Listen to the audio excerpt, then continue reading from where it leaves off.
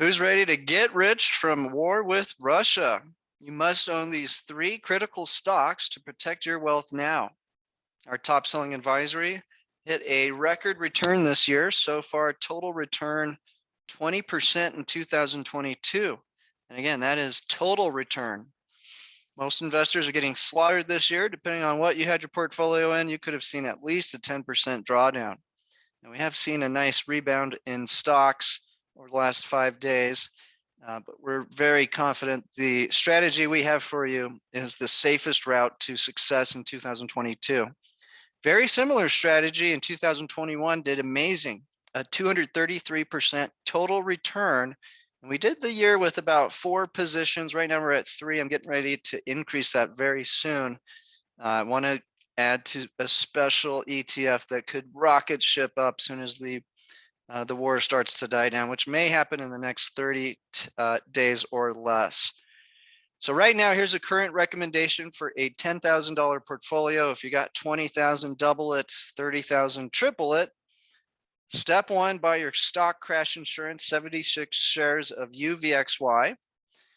Reminder, in 2020, when the market went in a complete crash in March for only a month, this puppy went up 1,100%. So a 10% position completely protected your portfolio against the other 90% potentially going to zero. You'd still be showing a net return of 10% at the peak panic. So again, it's like life insurance, car insurance. It pays out big time when a absolute disaster hits. And so far, UVXY is up 24% this year. It's been up as high as 70%. And so we just keep it in the portfolio almost at all times. It would have to spike really high for us to completely exit the position, or we'd want to see a complete de-escalation in the war and interest rates falling. Otherwise, having around an 8 to 12% position in UVXY just lets you sleep like a baby at night. Step 2, again, this is our favorite play for the next decade. It's our favorite play into summer. And really, for the next 2 years, I'm expecting this asset to melt up. That's what I'm expecting this cycle to last, based on how long the central banks are planning to hike rates, which is the next 2 years. So ETHE is Ethereum. Last time the central bank was hiking interest rates while, let me get a better picture of Ethereum for you. Last time the interest rates were being hiked by the US, 2016 to 2018, and China was printing money. Now we got Europe printing money too, same setup. Bitcoin went up 4,400% and Ethereum went skyrocketing up. Now, even if you'd held through the crash that came shortly after, once you realize how screwed the governments are globally and how over indebted the world is, 300 trillion in debt sitting out there, you're going to realize they're going to keep printing money and this thing's going to keep skyrocketing. So if you held and never sold, ignored all the drawdowns, just sat back, you're up 21,000% in Ethereum currently. So that's our main position we're trying to protect you for, to hold for the long time, for the long term. So 190 shares of ETHE is the access point to Ethereum. It's the Grayscale Trust. It's an OTC stock. Now, again, it doesn't have the same chart as Ethereum because it was just released in 2020, but we're expecting it to rocket ship from 24 and break into new highs in the very near term. Step 3, protect against inflation. The key threat to the bond market currently are energy costs staying elevated. And in general, this is going to force investors out of bonds into commodities and into stocks or cryptocurrencies.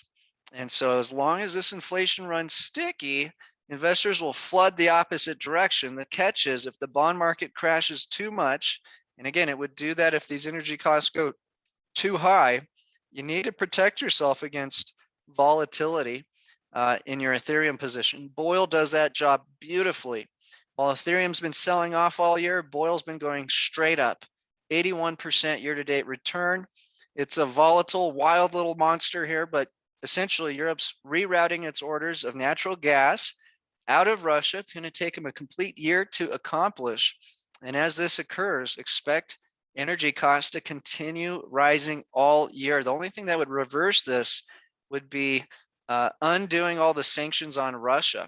Furthermore, if Putin really gets trapped in the corner before he starts firing off nuclear weapons, much more likely to just cut off natural gas to Europe. That's lights out. Okay, that's how they create 25% of their electricity. So if we just have Europe rerouting orders, oil could double, triple, quadruple this year. If Putin makes a move and really punishes Europe, then guess what? Oil could go up overnight, limit up in the futures market, which would make oil go skyrocketing, potentially a 500 to 1,000% return if Putin uses it as a weapon. Now, again, that's a source of income, so I'm more likely to believe Europe's going to reroute the energy and it'll just slowly go up all year. If we look at this in a table, here's our asset allocation breakdown for $10,000, 76 shares of UVXY, coming in at 11% of the portfolio. And again, it's not the 11% you're tracking, it's the 76 shares. Our favorite growth asset is Ethereum. It's like getting into Microsoft when it's only 5 years old.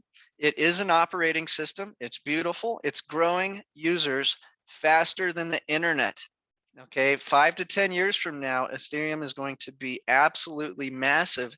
You're not going to care what price you bought it at because it's going to be significantly higher, probably 10 to 20 times higher at a minimum.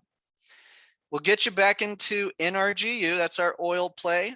I do think there will be a pullback in oil at some point, and then we can ride it into the 150 level into summer. I do see oil going very expensive this year. I'm looking for a pullback to get us back into NRGU, and we're still holding on to oil with 85 shares. So we're 46% long a growth tech stock that tends to do well when interest rates are trading flat or down. We've been having some pretty crazy moves. We'll look at this. We had the bond market collapse this week, and we had growth assets skyrocket up, which is unusual.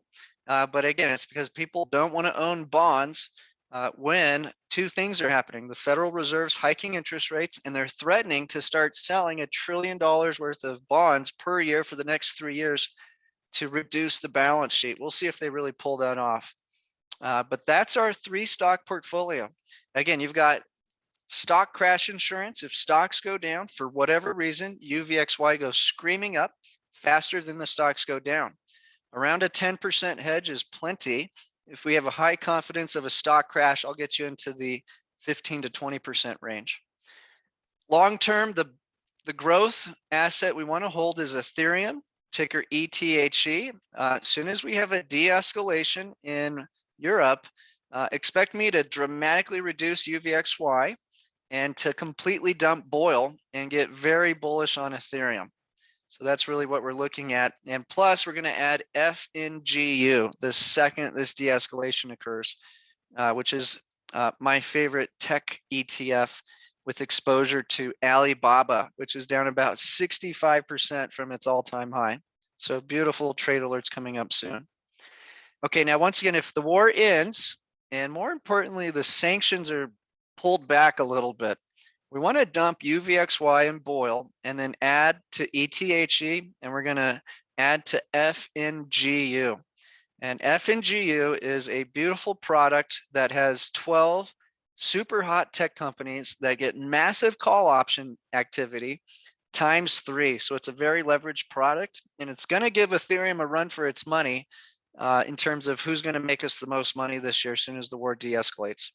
So again, we're expecting at some point, probably Ukraine surrenders, gives Russia what they want, some sanctions pull back, the war takes a break, and we're going to expect Ethereum and FNGU to skyrocket up. Okay, so FNGU trading at 23.50 and ETHE trading at a similar price point. We expect both of these to break into new highs this year. Now, the war ending is going to equal lower inflation, which will help these yields fall. This is the worst bond crash in the last 80 years. You have to go back to the Great Depression era to find periods worse than this. So quite remarkable sell-off in bonds. It's greatly overdone, and we're actually seeing a nice bounce in the TLT today.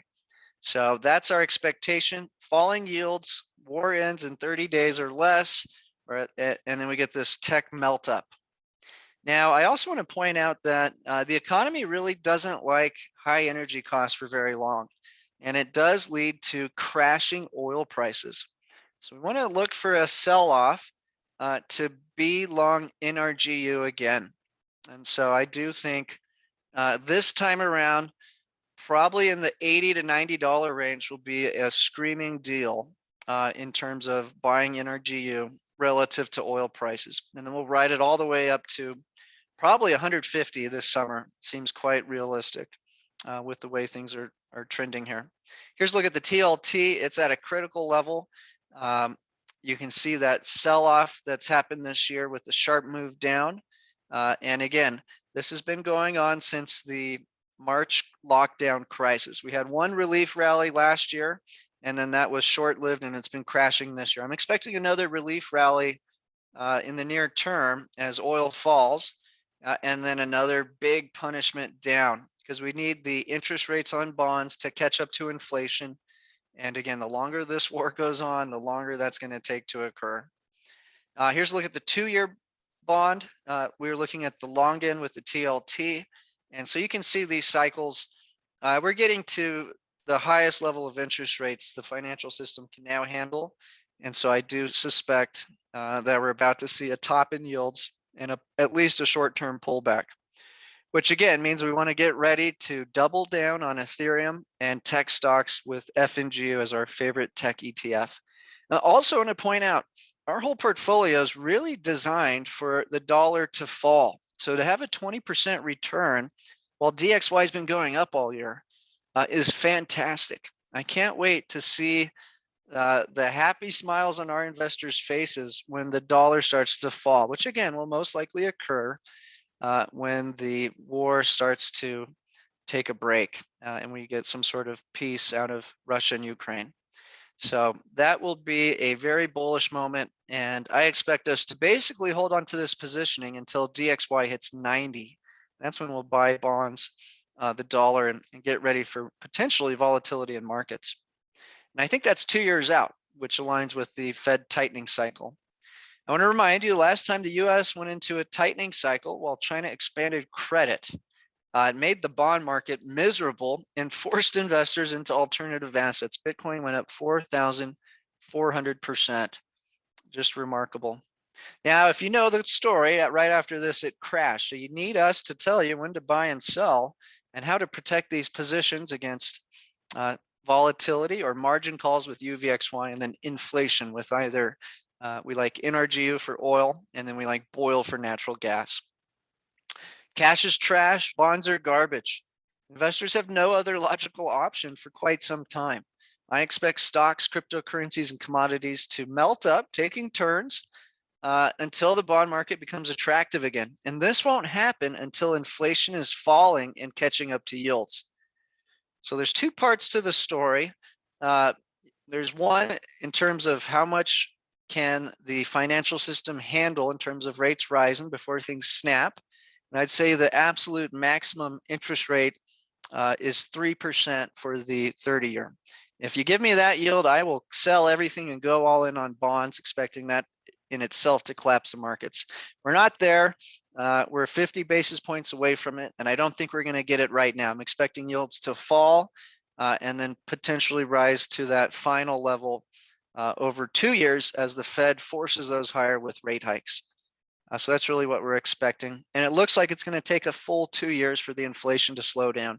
I'm now anticipating we peak out in March or April and then slowly fall with very sticky inflation. So again, this makes the bond market very ugly for a very long time. Now, again, the longer the war persists, the longer bonds remain ugly because food and energy costs are going to remain horrible. And we also have China doing lockdowns because of their COVID zero policy. So again, more supply chain disruptions, just a nasty period of time for inflation. So it's critical you watch our webinar every Monday, Wednesday, Friday to be ready for sell alerts. If you're ready to upgrade, call Dean now at 505-322-7515.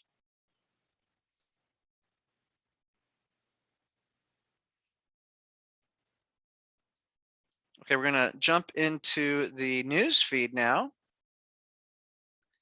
Here's a look at the 30-year yield of the US Treasury relative to its 200-day average. So we can see it's at a pretty crazy level. It could go a little bit further down, but very unlikely to go much further down. And again, it is at a dangerous level now. TLT at 120 would definitely cause me to do an immediate trade alert. But the TLT is back above 130 at 130.91. So most likely, hopefully this war with Russia and Ukraine comes to a climax, a deal's made, and we can see the energy costs come down. If it doesn't, and this inflation keeps going higher and higher for several more months, we might see another puke in the bond market sooner than investors are ready. So we're not in bonds, we're watching them carefully. Russia plans to demand ruble payments for natural gas purchases from European nations, deepening the standoff with West and potentially aggravating Europe's worst energy crunch since the 1970s. So again, they have made their currency rebound 50% from its recent low. And the strategy here is to create a liquid currency market for Russia and to, again, rebuild their bond market. So they're getting off the dollar. And this is a big change in the world order that is taking place right now. And essentially, everybody in Europe is not very excited to stop buying Russian energy because the alternative is hyperinflation in their economy.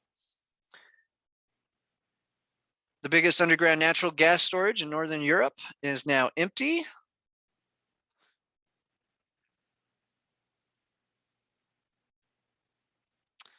Mariupol mayor reportedly leaves city. Peter Zahan says off-ramps for countries who believe they are fighting for national survival are pointless.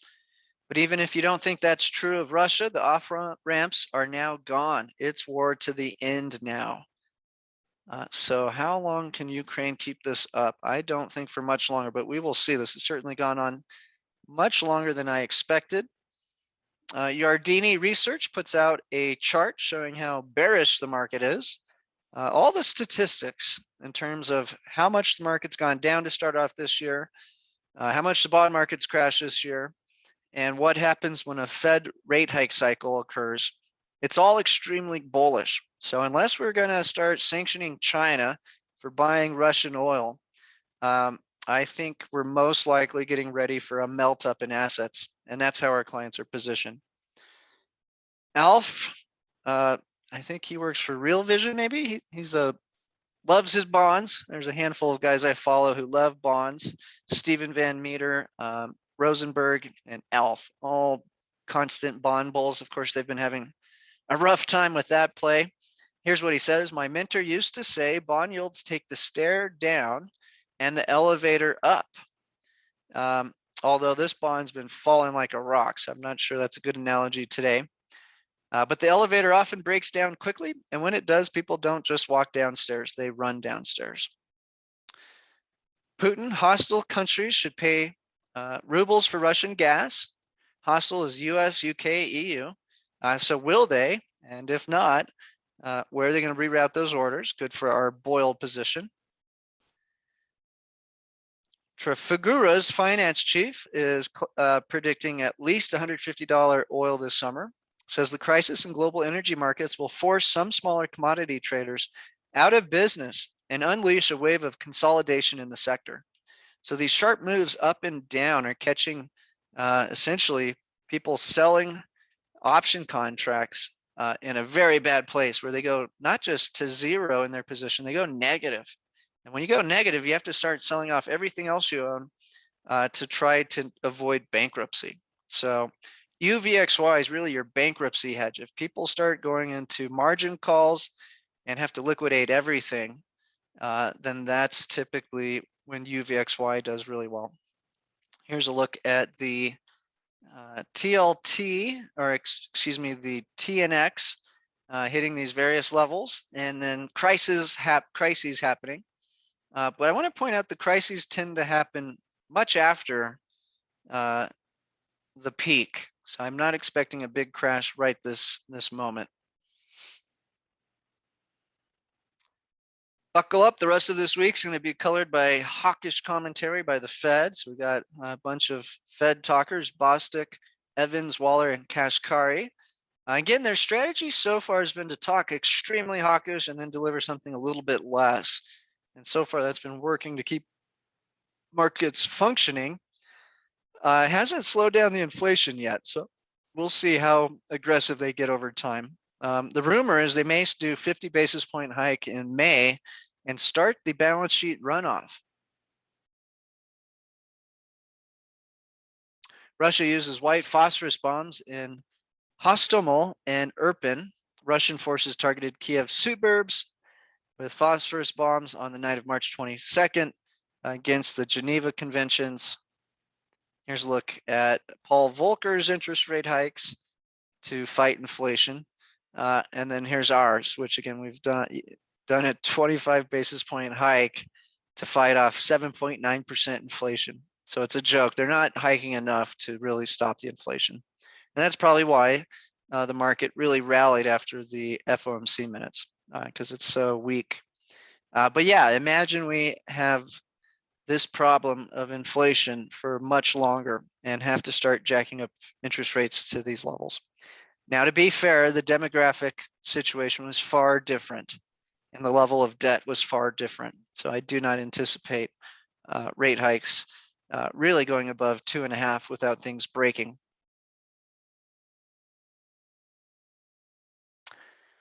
Savon Henrik says TLT just hitting a mega trend line that has previously coincided with a peak in yields and the Fed typically freaking out with some dovish pivot or intervention program. So he's looking at these crashes in the TLT, which means rates are going up, and all these different money printing programs, QE1, QE2, twist, where they started selling one end of the bond market to buy the other. QE3, Powell flip-flop, that was after the crash in 2018 at the very end when the 10-year hit 3% and the NASDAQ crashed, Christmas massacre. And so here we are again with another bond crash. But I think it's just about over unless energy costs go skyrocketing from here. But I do believe the current price levels are priced into the bond market plus 2 rounds of 50 basis point hikes. So we need some other inflationary shock to probably take the bond market lower than it is currently. If Putin is successful with his war on Ukraine, Russia will become the main gate for or put under its control large share of the flows of Chinese goods to Europe via rail, which means a huge leverage over Chinese Silk Road in Eurasia.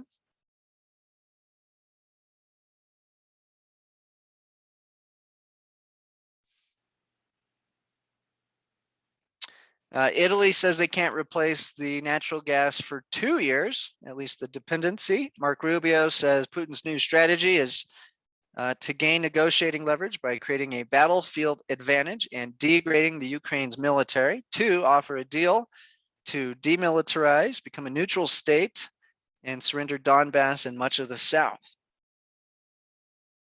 LME erased a bunch of trades again, where nickel went rocketing up and billionaires in China were going to be losing money. So lots of funny business in these markets. Santiago Capital, who is famous for his milkshake theory on the dollar, that there's a bunch of crappy currencies out there, but the dollar is the best. So all the currencies end up wanting the dollar. He says, now this is in relationship to Russia saying they want to trade their energy products against their own currency. Says, what do you think is going to be accomplished by this? And how will you measure its success or failure? Luke Groman says it will reduce or eliminate the need for foreigners to hold USD reserves over time, freeing up existing USD reserves to defend their currencies, as well as preventing future confiscation of USD reserves.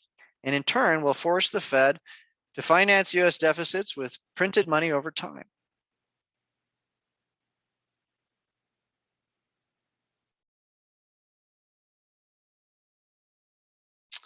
EU considers massive $100 billion energy relief fund for companies.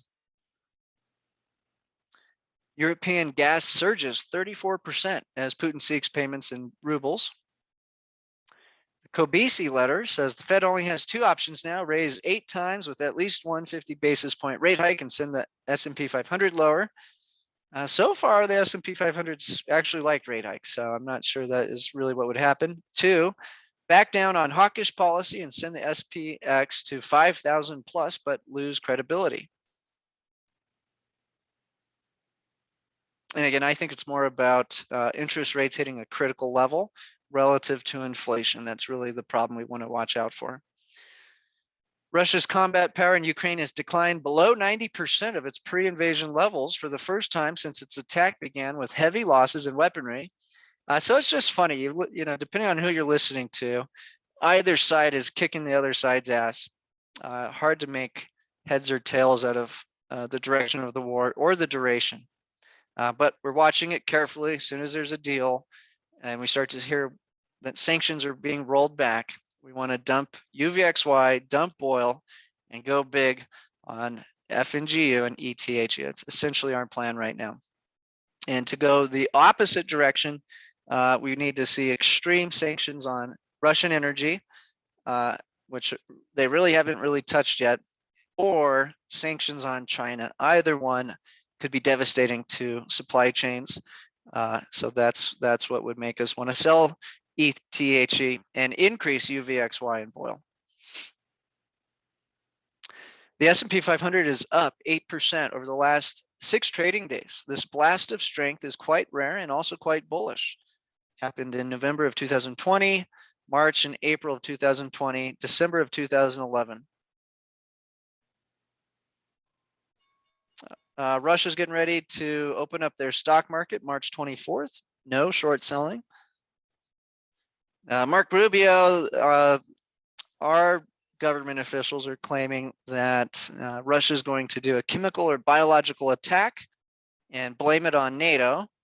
And Russia is saying that, you know, NATO is going to do that and blame it on them. So both sides are claiming a false flag coming in. We had Biden saying, get ready for a cyber attack, could hit US banking, technology, or energy sectors. So another set of risks to worry about. Nickel goes limit up 15%. LME cancels the trades.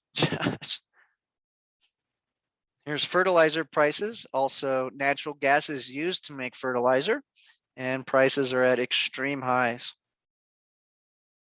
The month of March is historically difficult for Russian rulers. Stalin died March 5th. Alexander II assassinated March 13th.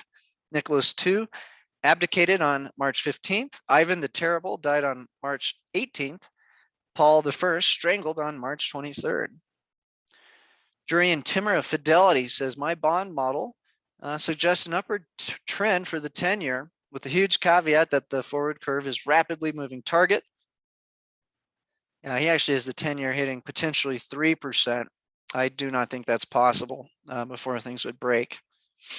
The 30-year is what I think could potentially hit that, but I'm not expecting that anytime soon.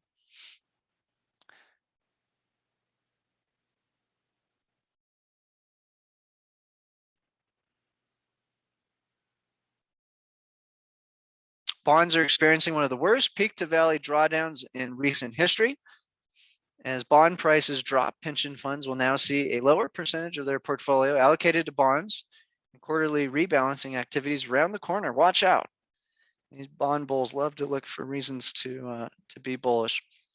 Putin, by freezing Russian reserves, the collective West has defaulted on Russia and drawn a line under the reliability of its currencies. So I'm not expecting the dollar to lose its reserve status, but I do think this will be very good for competing currencies to gain market share. Zero hedge average new home sales prices above 500,000 for the first time. We did have a little bit of a slowdown in sales. Mortgage applications have gone down dramatically, and interest rates on mortgages have skyrocketed above 4% now.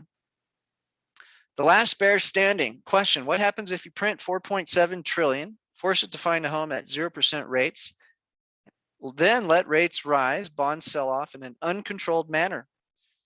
This is elementary finance, which is why the Fed doesn't understand. Now, on top of this, what if you create a truly risk-free asset, the reverse repo, and let 1.8 trillion of liquidity drain from the market in less than a year?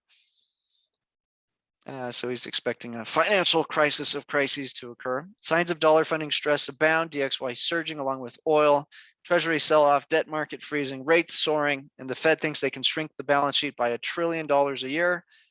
In 2019, it took 700 billion of tightening to break the repo market. We're halfway there. So I do want to point out 2016 to 2018, all we did was rate hikes, nice and slow. And that's when crypto really melted up.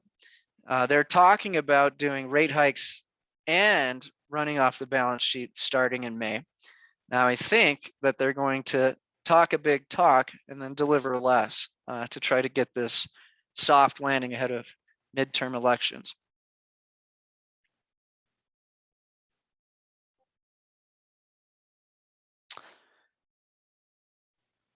Fundstrat case freight shipment index has rolled over hard, now negative year over year. Case freight leads CPI by 6 months, meaning we think CPI risks roll over to the downside. I completely agree that the inflation should roll over, but if energy and food remains at extreme levels, I think it's going to roll over a lot slower than people are anticipating. Live Monitor says, killing the long bond and pumping the market at the same time. What a time to be alive. China and this is Chinese state-affiliated media. China and Russia share a border of 4,000 kilometers. Russia is a major nuclear power. Maintaining friendly ties with Russia is key to China's national security. If the U.S. wants China to join sanctions against Russia, U.S. should give China 1,000 nuclear warheads in the first place.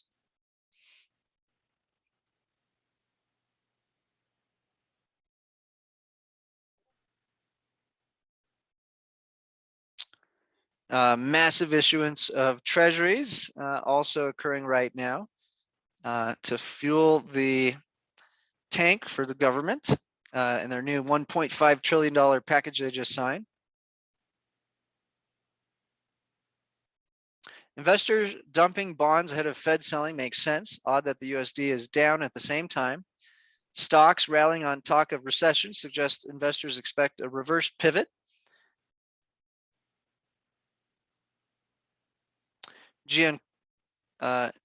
Gianluca pointing out the MOVE index, that's the volatility of bonds relative to the VIX, suggesting there could be volatility incoming.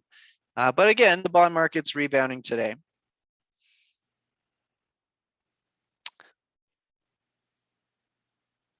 Zelensky calls on Europe to halt all trade with Russia. And Kate Long points out, for example, here's Ukraine President Zelensky calling on Europe to not buy Russian energy, but gas pipelines running through Ukraine carry 100 million cubic meters of Russian gas to EU every day. Shouldn't he shut these pipelines to gain real leverage over Russia? Well, of course, they can't do it because it'd be lights out for Europe. The long view, meme boys are back, which makes me think this rally could have legs and that it's more than just short covering and delta hedging. Sentiment was bad, but if people go risk on, from here they will be going all in, given allocations never dipped with sentiment, melt up and bust. This was my view in early January. Tech leads us higher as growth weakens. But since then, we've had a stagflationary hit from Russia, more supply chain issues in China, more persistent inflation, and a very hawkish Fed. That said, we are probably near max pain on the front end rates.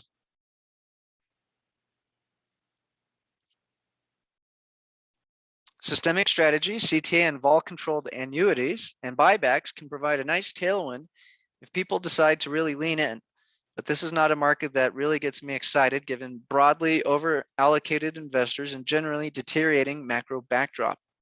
Overall, probably wise to avoid fighting tech as much as they seem like the real play. But real money will be made on the way down once everyone is fully allocated.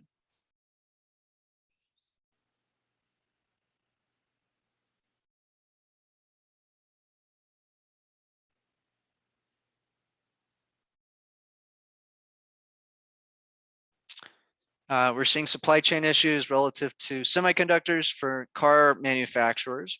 And again, neon's coming out of Russia and used for making these semiconductors.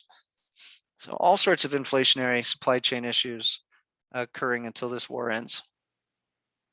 More lockdowns in China. Russia is now going deep into Ukraine and taking out airports in the west near Poland. Major population centers in the east are now surrounded. Though occupation is proving costly, indirect NATO support will be needed soon if there's any hope of fending off the siege.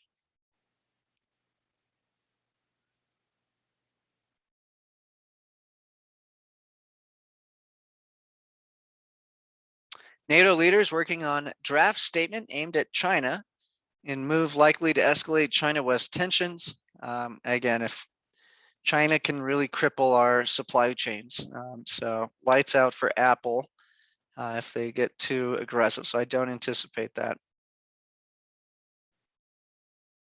Okay, very good. Here's a look at these bond markets just going straight up. This was basically due to Powell saying they're going to hike rates 50 basis points in May, almost surely. And now we're getting a little bit of a sell-off.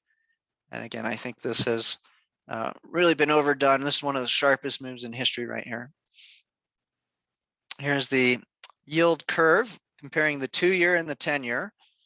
Now, a lot of people want to say you have to compare the 3-month and the 2-year. That one's not inverting at all. The 2 and 10 is, so depending on which one you will look at, but the 10 and 2-year is nearing an inversion. It's at 0.2, so you get paid 0.2 more to loan the government for 10 years and 2 years. Now, typically, this is actually a very bullish period coming up for stocks, and it's when the yield curve steepens. So the 2-year starts to fall, and the 10-year starts to rise. That's when we'd want to get worried about a stock crash. So again, nothing to freak out about right now, but it's heading in that direction without any relent. Here's a look at the yield curve in another chart. The orange line goes much further back to March of 2021. This is the yield curve they want. Nice and low on the front end and then steepening up to the long end. And funny, that's what would potentially create a crash if this long end goes too high. But what we've had developing over the last year is a inverted yield curve. So we can see the 3, 5, 7 are all trading above the 10-year. So this is inverted on much of the entire yield curve, plus the 20-year is above the 30-year. So basically a short period to be very bullish the way we're positioned. And then what we're going to worry about is the 2-year coming down and the 30-year going up. Or specifically the 10-year in this example going up. 66% odds of a 50 basis point hike next meeting in May. We'll see if they do the runoff of the balance sheet or not. The VIX futures term structure is back into contango. So again, for us to make money, we want the front month to go above the forward month, and that's called backwardation. So we're not there currently. Here's a look at our 3 favorite cryptocurrencies. In the safe growth strategy, we're long Bitcoin. In the high risk strategy, we're long Ethereum. And if you're a paid member, you'll learn about our private equity company called Rebel Dividends, and that has a big position in Polygon, ticker MATIC. So those are our 3 favorite plays in the cryptocurrency space. And you can see just the dramatic outperformance of Polygon, because it has about 1/30th the market cap of Ethereum. Now, if you're familiar with the Lightning Network for Bitcoin, that's essentially what Polygon is for Ethereum. So we're very bullish on both these assets. Reverse repo just jumped up to $1.8 trillion. This does surprise me a little bit because the 2-year note is trading at such a high interest rate. So I'm going to dig a little deeper into why this keeps staying so elevated as interest rates are rising. In general, we look at this as a QE buffer, so extra QE for the markets that could be drained out of this reverse repo. Okay, here's a look at our inflation hedges we like. And so in our GU, we sold too early. We made a huge gain on it, but it went way higher. We switched to Boyle. Boyle's done well. but it's underperformed. But remember, so far, Europe's been unable to stop buying Russian natural gas. In fact, they've ramped it up, probably because they're scared it's going to get cut off soon. So I think the upside for oil is still extremely bullish and could greatly outperform NRGU or being long oil. So oil's already very at 110. If Putin decides to cut off gas, or Zelensky decides to cut off gas, or Europe decides to cut off gas, oil could go parabolic to the upside. And so until the sanctions are rolled back, I want to be long oil with a large part of our portfolio, or NRGU, but I prefer to get a nice dip to get back into that play. So apologies to everybody. We had a huge gain on NRGU, but we sold way too early. We've been doing great with oil, but potentially we should have had half our money in NRGU. I'll get you back into NRGU as soon as we get a good pullback. Here's a look at Brent compared to oil. We can see they're highly correlated here. And if we zoom out enough, we could see the catch-up trade coming in here. So oil's gone rocketing up. Oil has not had a similar move yet. This chart, we're looking at lumber futures and oil. Trying to predict weakness in oil before it happens. Last year in the summer, it did give you a good warning sign. So if I zoom out here, we can see the lumber went to 1,600, crashed down to 600, rebound back up to 1,200. Now you're not seeing those prices here. I've just memorized those price points. But I want to note, 2 months ahead, oil started to weaken and crash last summer. And so we were long oil this whole time and held through the dip and then hit a huge win by understanding the inflation was incoming and that the demand for energy was going to rise. What we didn't anticipate is that oil would skyrocket above 100 out of nowhere, hit 136 due to this conflict being so extreme. So we are seeing a weakening in lumber futures currently, but no big crash yet. And again, I don't think we're going to see a crash in energy until the conflict is resolved, which could potentially happen, I believe, in the next 30 days. Unless there's somehow a escalation that gets NATO support. So these talks of a cyber attack, chemical warfare, or a biological attack, or sanctioning China. Those are the things that could really escalate this more aggressively. This chart, we're comparing gold to copper. This is called the gold to copper ratio, and it predicts interest rates. So it had warned us interest rates are about to rise when this went up much faster than gold. And then all of a sudden, we sure got that move. It really started when China announced they're going to start printing money and bail out their stock market right here on the 16th. And again, we were positioned for that with oil, so we did well in that move. All right, here's a look at three tickers. Green is NRGU, which is big US oil companies times 3. The triple T are interest rates. If it's going up, rates are rising. And then the NASDAQ. And so what's interesting in general, let me just zoom in on this rally we've had in the NASDAQ. So we've had the NASDAQ rally as interest rates rose. That's not quite typical. Now we've got interest rates falling here. We've started to see a trend where the stock markets and cryptocurrency markets are delayed to bond volatility by about 48 to 72 hours. So probably okay to give this some time before we make an assumption on exactly how the market's going to respond to these rising yields. Now, again, why are the interest rates rising? It's been forced to rise with Powell's speech this week. So perhaps we're just getting people dumping bonds and buying everything else.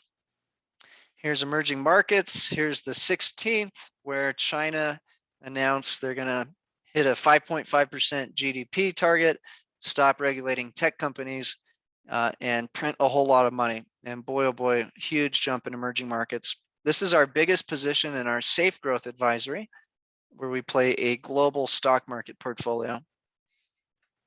And this could potentially be the great outperformance of China's or Asian stocks with emerging markets.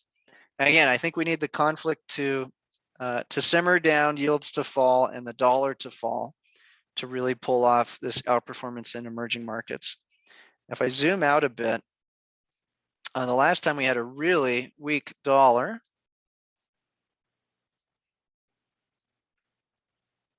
was right here. And so I'm going to go ahead and overlay the SPY against that. And so just to give you a feel for the outperformance, the S&P 500 over this period returned 79%, emerging markets returned 400%, and DXY went to a staggering 70, which we'll look at shortly. I'll just pull that up. So here's where emerging markets just did extremely well. DXY went to 72 from a level of 120. Okay, so today we're at 98. I'll be making position changes once we hit 90. I think that's about 2 years out. So that's really my big forecast of when we want to make substantial changes. Europe bounced the same similar day. You can see that huge bounce right here. Again, almost making back all the war losses. So what we're seeing from Europe is announcements of essentially increasing debt, and they're going to have to keep QE going on longer. So they're doing more military spending, and they're also talking about this $200 billion energy relief package. So more debt equals higher stock valuations.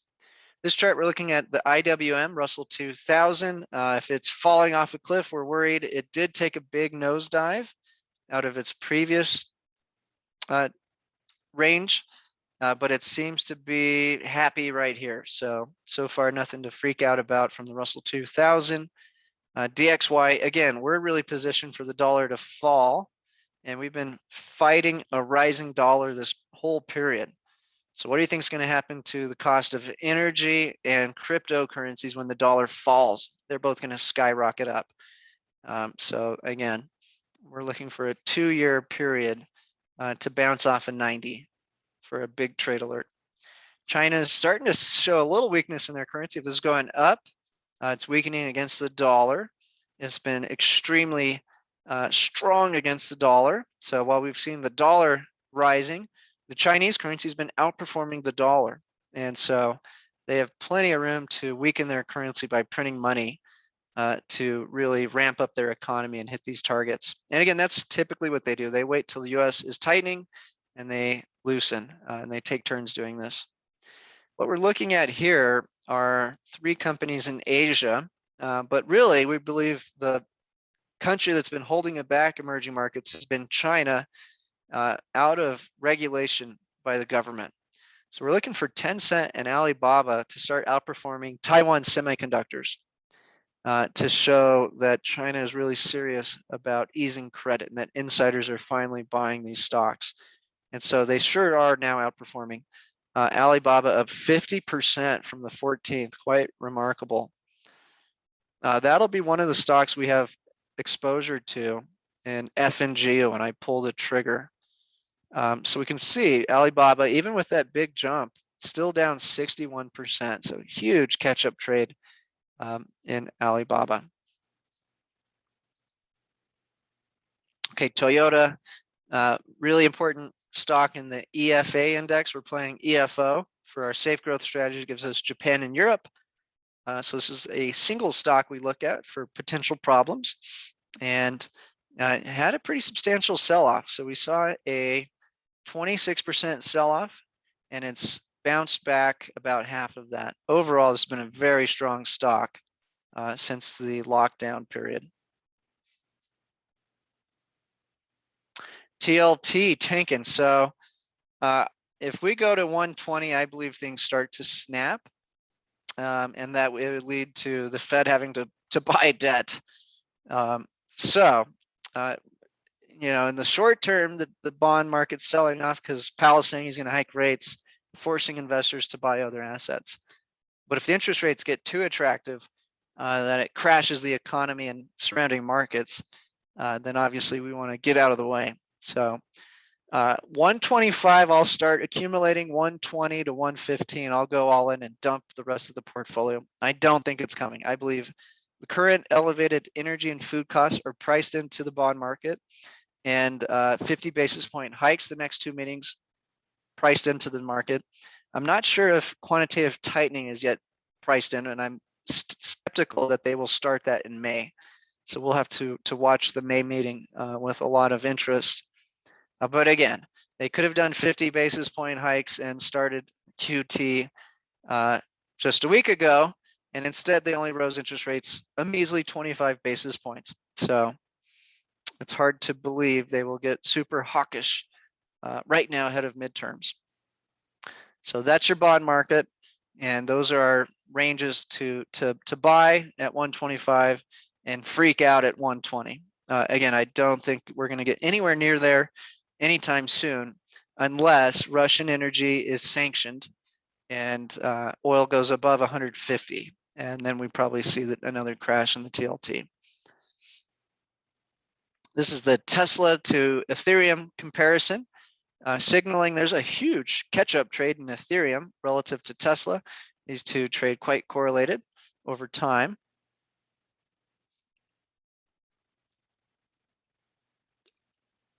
This is the gold to silver ratio. I've been contemplating a silver play. There's a good catch-up play there on gold currently. And central banks are buying up a bunch of gold right now. These are the alternative energy plays we focus on: rare earth metals, copper miners, and uranium. We're not in copper. I like rare earth metals better. It's giving you access to lithium and cobalt, which are a little bit more likely to go out of supply for companies like Tesla and Apple. And so there you go. You can see REMX has been outperforming copper miners quite dramatically since May of last year, or of 2020. So that's our play for essentially tech companies needing to create batteries. So Apple's iPhone, Tesla's batteries, the whole industry. That's in our safe growth strategy.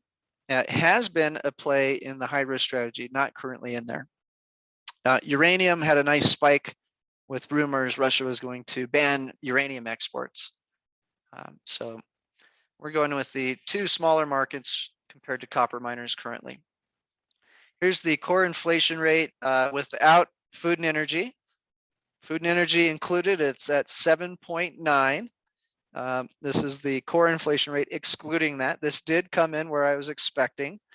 Now, until this war with Russia started, I was expecting peak inflation in this month, March, because it's 2 years from where oil went negative, and that simply trying to compare the rates moving forward, inflation should fall starting in April.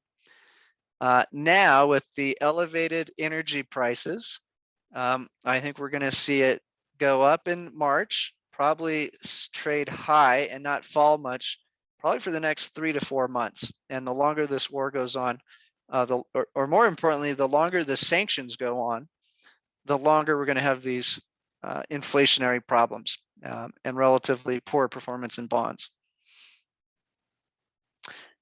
The producer price index has been trading flat for 4 months, so that's good for trying to predict peak inflation coming in.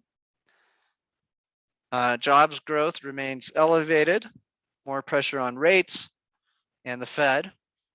Wage pressure continues strong, more inflationary pressure from that end. Now, look at the labor force participation rate from 1970 to 1990. Okay, so the demographics were just far different. Today, we don't have enough young people to go to work. Okay, so we're getting a very tight labor market already.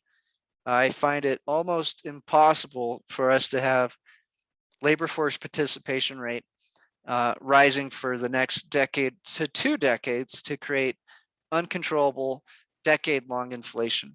So I do think the inflation will peak this year and fall, and that this will eventually be very bullish for the way we're positioned here. A lot of people are worried that the banks aren't going to loan money out due to the yield curve inverting. So we'll keep a close eye on that. So far, it keeps going up.